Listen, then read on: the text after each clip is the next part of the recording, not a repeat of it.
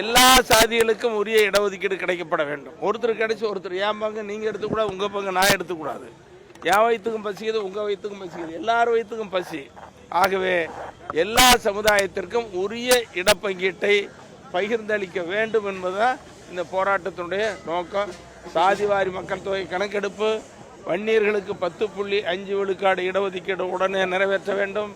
எல்லா சாதிக்கும் உரிய இடஒதுக்கீட்டை பகிர்ந்தளிக்கப்பட வேண்டும் என்பதுதான் இந்த போராட்டத்தினுடைய கோரிக்கை.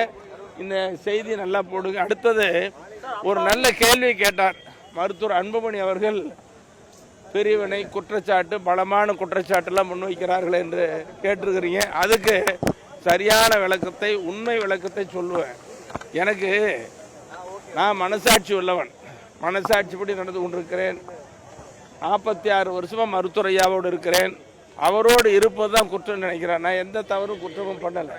மருத்துவர் ஐயாவோடு இருப்பதாக குற்றமாக நினைத்து கொண்டு அதுக்கு நிறைய சொல்கிறாங்க. அதுக்கான சரியான விளக்கத்தை, உண்மை விளக்கத்தை அப்புறம் சொல்கிறேன். இந்த செய்தியில் போட்டோம்னா போராட்டத்தினுடைய நோக்கம் குறைஞ்சி போயிடும். தனியாக உங்களை சந்திச்சு சொல்ல போகிறேன். ராமதாஸ் ஆதரவாளர் என்ன சொல்றாங்க? பாலு வந்து தொடர்ந்து உங்க மேல பல குற்றச்சாட்டு முன் வச்சிருக்காரு. தொடர்ந்து நீங்க வந்து ஐயாவுக்கு துரோகம் செய்கிறதா ஒரு குற்றச்சாட்டு முன் வச்சிருக்காரு. இது எப்படி பாக்குறீங்க? அதாவது இப்போ இதுக்கான பதில் சொன்னோம்னா அந்த செய்தி தான் பெருசா வரும்.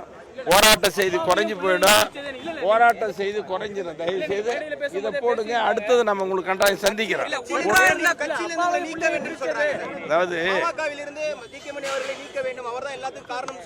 சரி, இதுக்கு இந்த கேள்விகளுக்கெல்லாம் பின்னால பதில் சொல்றேன் இல்லையா? பிறகு பதில் சொல்ல இன்னும் வேண்டாம். இந்த போராட்டத்தினுடைய நோக்கம் குறைஞ்சு போயிடும். நேற்றைய தினம் தாவேகா தலைவர் புசியானது பொதுச் செயலாளர் சந்திச்சு பாலு வந்து அறிக்கை கொடுத்திருக்காரு, போராட்டத்தில் பங்கேற்றணும். இதை எப்படி பாக்குறீங்க? பெரிய அவங்கள தான் கேட்க, நீங்க ஏன் கொடுத்தாங்க, எதுக்காக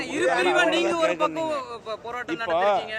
இந்த பிரிவினை இதெல்லாம் இப்போ சொன்னோம்னா அந்த செய்தி பெருசாக வரும். போராட்டத்தோட நோக்கம் குறைஞ்சி போயிடும். தனியாக சொல்கிறேன், கட்டாயம் சொல்கிறேன். என் மனசில் இருக்குது பெரிய விளக்கத்தான் சரியாக சொல்கிறேன். நன்றி.